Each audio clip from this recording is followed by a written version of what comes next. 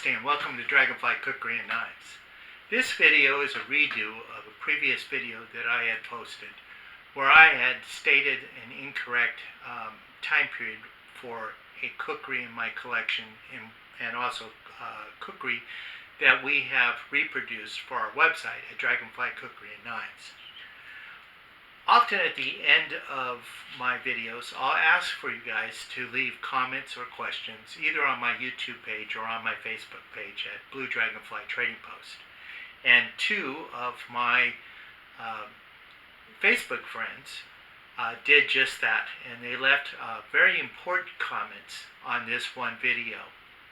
And what they were pointing out was that I had misidentified the date or era of the cookery of my collection that I was basing my reproductions on. And I wanted to clear the record of that because I was greatly mistaken, and it is very important to correct this mistake. It's important for many reasons. One reason is because there's a lot of new people coming into the cookery community that are starting to collect cookeries, and they're trying to identify them. And they're looking to those of us who've been collecting cookeries for a longer period of time, and they're looking to us to help them identify the age and period of their piece so they know what they have. The other part of it is we are the historians. Basically, those of us are in this community because there aren't any books that are written about the cookery. There's a lot of books that have stories about the cookery that are written about the Gurkhas. There are historical books that are related to weaponry that will mention the cookery as originating from Nepal, and they'll show a couple illustrations or photographs of them, but they don't go into tremendous detail about them. There's very little known. There's only one book that I know that was written by a young lady who has written several books on weaponry, and particularly swords and knives that were used by whether it be the Japanese or during the time of the Civil War, or in this case, the book that she did on the cookery and the Gurkhas. And it wasn't a book about the Gurkhas, it was a book about the cookeries. And that's the only book I know that is written exclusively about the cookery. So we have very limited information available to us in at least the printed media. Where we get our information is conversing among ourselves, those of us who collect cookery, whether it be on Blade Forum or on Facebook and in various different chat areas in which we're sharing our pictures and asking our questions and conversing among ourselves. And thankfully, because of that community, these two Facebook friends were able to give me valuable information that I had misstated, and this is very important. And hopefully one day some of us can get together and really put our minds together and the knowledge that we have from our collection, maybe take photographs of the items that we have in our collection and put together a book that will be useful for the future generations who will be that we will be passing our collections onto, that will not only keep the spirit alive for the collecting and loving of cookeries, but will understand the history, the culture, the people, the Gurkhas, the religion that's behind it, and preserve that as well. Because it is, in collecting, in my case, I'm a lover of cutlery. I've been collecting cutlery for a long time. I like knives from all cultures, all periods. I love modern knives, I love production knives, and I love even more handmade knives. And particularly those are handmade by the masters. And the kamis in Nepal are certainly that. Many of them are. Many are masters. So I'm going to reintroduce the antique piece in my collection, as well as the two reproductions that I have of the same knife that we're going to be offering on our website. But also I'm going to talk about how how I, in particular, do my research, and I'm sure there's many fellow collectors and lovers of cookery that follows a lot of the same disciplines in doing their research and trying to find out how to date and properly categorize the cookeries in their collection in the right periods and right time frame, and how they may have been used and who may have used them. So, with that being said, I want to thank my friends Brian Dodds and Jonathan Said, who brought this to my attention. Thank you very much, guys. I'm very much indebted to you, and I appreciate your comments so much. Hence why we're doing this video over again, to set the record straight, because I agree with you guys. This is really, really important in properly identifying and dating our pieces of antiquity in our kukri collections. This particular kukri is the kukri that I misidentified. I was calling it a Mutiny era kukri. It is not a Mutiny era kukri at all. At very best, it is late Victorian, but in reality, I do believe this is a World War I officer's kukri. I have a lot of reasons to believe that. There's a lot of good information out there where there's photo documentation, and there are known curators, for lack of a better term, who sell antique kukri only, and are experts in the field of identifying the age and period of certain kukris.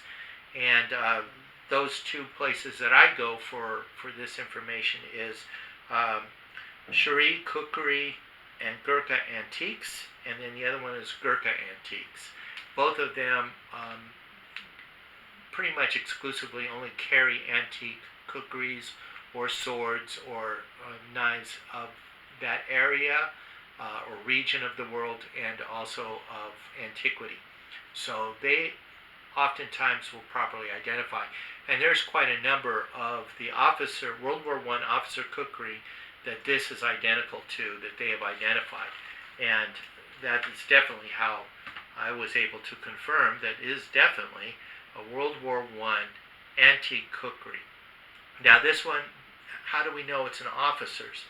There's a couple things that will indicate it. One of the main ones is the symbols right here that you'll see above the county.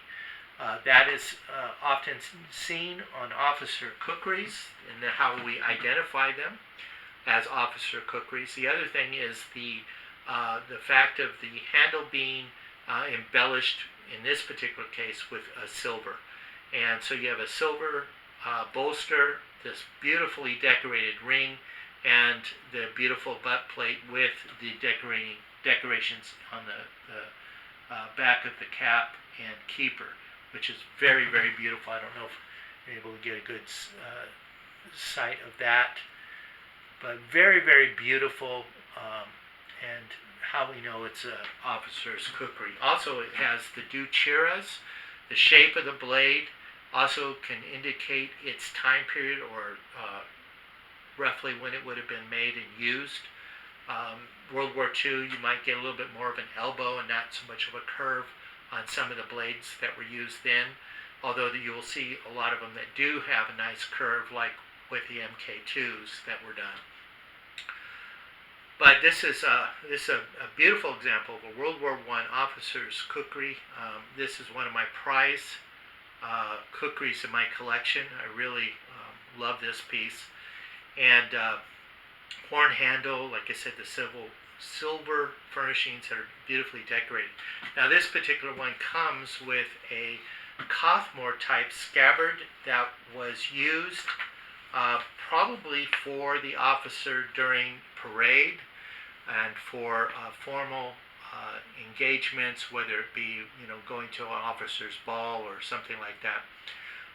It's not a retirement Cothmore in that it lacks the embellishments of his unit's coat of arms up on it, and usually would have a lot more silver on it, and would have been made for his retirement to put on display in his home to show with great pride with the Gurkhas he served with. This one is red velvet that's coming off. It rubs off on my hand or anything that I set on it. So it is deteriorating and has been deteriorating for some time. But it's a red velvet cloth covering over the wood. It has a tinder pouch in the back that would not have carried tinder, but more likely is tobacco or a pencil and paper or anything else, maybe some money that he would have put in there, maybe a little money purse that he would have slid in there. It also includes two carta. Instead of a carta and a chakmak, this officer probably just felt he didn't have any value for the chakmak. So he had the commie make two carta. Now they're identical in every way except for their size. One has a slightly longer blade, about by a quarter of an inch longer than the other secondary carta. They have Scandi grinds, so they're 100% functional with the same horn handle and silver furnishings, the butt plate and the bolsters. Very beautiful, very functional, and really complement this piece very, very well. Now, what I decided to do, I had a customer who was looking for a period piece very similar to this. They showed me a photograph of it, and in that photo, it looked identical, very, very similar to mine. And I said, well, I happen to have a piece like that. And I showed them, took some pictures and showed it to them. And so they commissioned me to make it. And I contacted Roger Borelli, who is a master commie. And of course, when I showed it to him, he was very excited to try to reproduce it. And so this is the one that we did for commission. And it is also one that we're going to be offering on our website in the Cothmore red velvet scabbard, as you see here. We also are going to be doing a field version of the same blade. So this is one that the officer would have carried into combat with him on the field, where this one he would have carried at formal engagements, as I said before. This one that comes with the red velvet over wood is done traditionally the same way that the original was done. Will come, as you see it here. The only thing that we're probably going to change is the shape here at the bottom. We're going to do it more decorative like the original did. He finished this project just before the shutdown of COVID-19, and I believe this is probably the only part that he rushed because everything else is done so fantastic. He took his time and he put the detail in and the love and the care. But this is still extremely beautiful and highly functional for the piece that it is. It comes with the same type of tender pouch. However, it will be function more as a purse, and it has a leather keeper on here that will lock it into place, so you can undo that and open it up, and it's fully functional. It comes with a fully functional carta with a full stick tang like the original does have. It's peened at the back with the matching metal butt plate and keeper and bolster. It is 100% functional, Scandi grind, good size, fills your hand really well. It's 100% functional, made out of 5160 high carbon steel, the same as the parent blade. Then it comes with the chakmak, traditional style of that period, and it does have the traditional rooster crest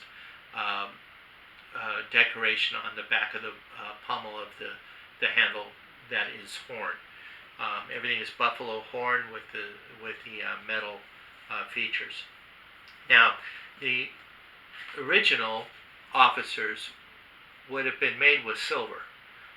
Silver is a little bit more expensive and harder to find, so we chose a white metal instead. But it is otherwise a very accurate and period correct piece of World War I for an officer's kukri. Now this particular one has a Duke Chirra just like the other one. It's about a 1/4 inch spine, not too thick, and it does have a distal taper to the point bevel. So this is not a heavy kukri by any stretch of the imagination. I have other replicas of this period Chirra kukris, and some of them tend to be very, very heavy. But this one is very light and useful, very functional kukri. It will last very well in the field, do everything that you would expect a kukri to do in chopping wood, building shelters, and not break your arm doing it. The physics works very well with it. It's very deeply cut, do chirras, which do help lighten the blade and change that reverberation back to the handle. Now, what I chose to do is leave my logo off on this particular reproduction, so you won't have our logo on it, so that you will have the officer's decoration on both sides of the blade, as the original piece has. So this is meant to be as close to the original reproduction as we possibly could make it. And like I said, Roger Borelli is the master kami who did it, and he did a fantastic job. Now, my particular frog is kind of stuck. It probably got put on when the coloring of the leather was still on it, so it's a little bit hard to get off, but it will slide off, and you can take the scabbard out and put it at rest when it's on your belt, when you're sitting down, and then put it back in your frog and carry it. This one does come with this leather string on the back that the officer would have had in order to hang it on a nail when he got out of uniform, to keep it close by. Whether it be a nail or a coat rack, he may have hung it on. But otherwise, this is the field version of the scabbard that it comes with. Now this, again, you're getting the same kukri. It has the Chirra, the officer's emblem on it, horn handle, white metal furnishings that are highly decorated, very, very beautiful, highly functional piece, great. And this would be wonderful to take in on a backpack trip or out camping, hunting. It's going to function for you extremely well and hold up very, very well. And again, it comes with a very functional Carta, 5160 high carbon steel, full rat tail tang all the way through, but kept it with a keeper at the back, so it's peened over at the back. Very sturdy, very strong, and very functional and useful. And then with the chakmak, with the rooster's crest. Now, I don't know if that's what they really call it in Nepal, but that's what it resembles to me, hence why I call it. Hopefully I'm not too far off or giving any insult to the kami and that decoration, but it's very beautiful, and I really, really like it, and it's traditional. So these are the pieces, and they will be available on our website soon. And it'll be made to order, so you can request it with the leather field scabbard or with the red velvet cloth Cothmore style scabbard. And it'll be roughly about the same price, I think, but I haven't set the price yet, so I can't tell you what that is yet. This one is actually sold and has gone to, it's going to be shipped once we can ship it to them. And this one is my prototype. So we will be offering both on our website. Now, how do I do my research? That's the next part of what I'm going to go into.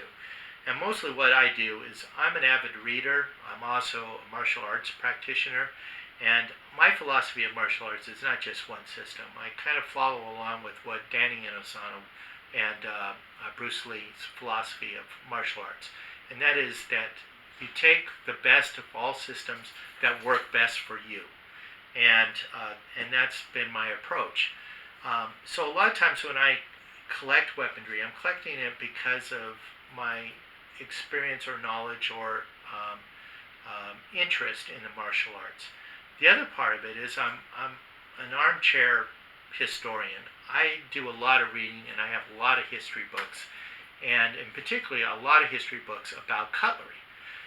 Books such as like the one written by Richard F. Burton on the Book of the Sword, which This guy was an adventurer. This guy actually went to India. He went to Saudi Arabia, went to Africa where he nearly lost his life, and he saw the weaponry there that was cultural to those areas and the tribesmen that he met, or the various different villages and places he went. He got to see and hold and handle, and in some cases even collect some of the cutlery, and that includes the kukri. And so he wrote this book. Now this book actually will take from the time period of when they were first sharpening sticks to be sword-like, all the way to the time period of antiquity of the Roman Empire. I know from what I've read about Richard Burton is that he died before he could finish, I guess, a series of books that he intended to write on this subject, because he was quite a lover of swords and cutlery and weaponry. And he, from what I understood, is that he wanted to continue writing from in time of antiquity up through the Middle Ages, and then so forth all the way up to current time. This one takes you right to the time of the Roman Empire. But it also gives you a good plethora of information of swords of other areas like the Egyptians, the Hittites, the swords and knives of India and Nepal and so forth.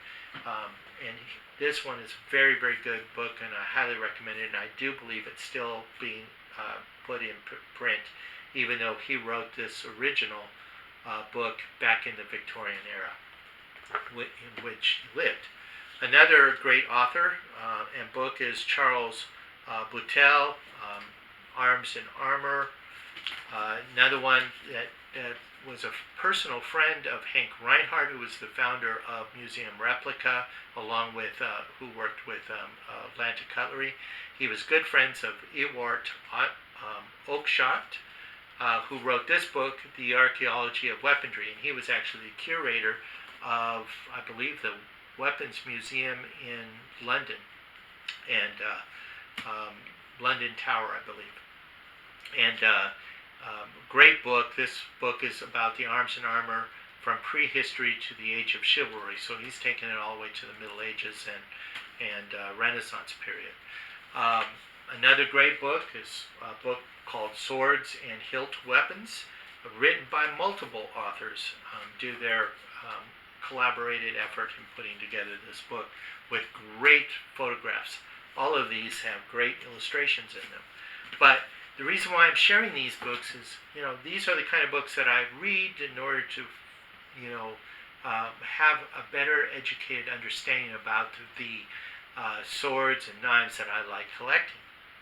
And unfortunately, we lack this when it comes to the kukri.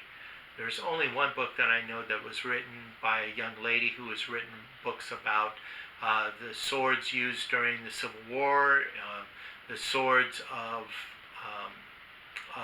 the Gurkhas, or the kukri used by the Gurkhas.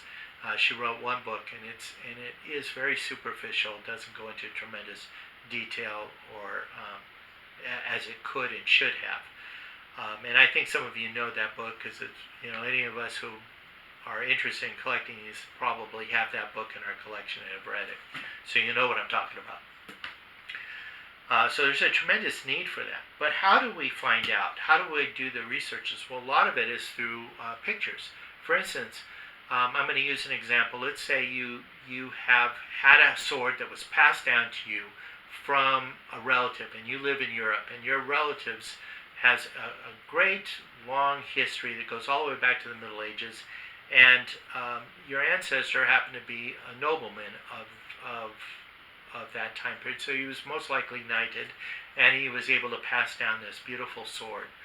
Well, one way that a lot of people can identify the age of these is through paintings of that time period. Taking, for instance, the Middle Ages, a lot of the paintings that were available at that time were of biblical scenes. Now, you'll have a painting let's say, the time when Herod had ordered the death of all firstborn male children. And you have the story of Jesus being taken by his parents to Egypt to be raised until that death threat had passed.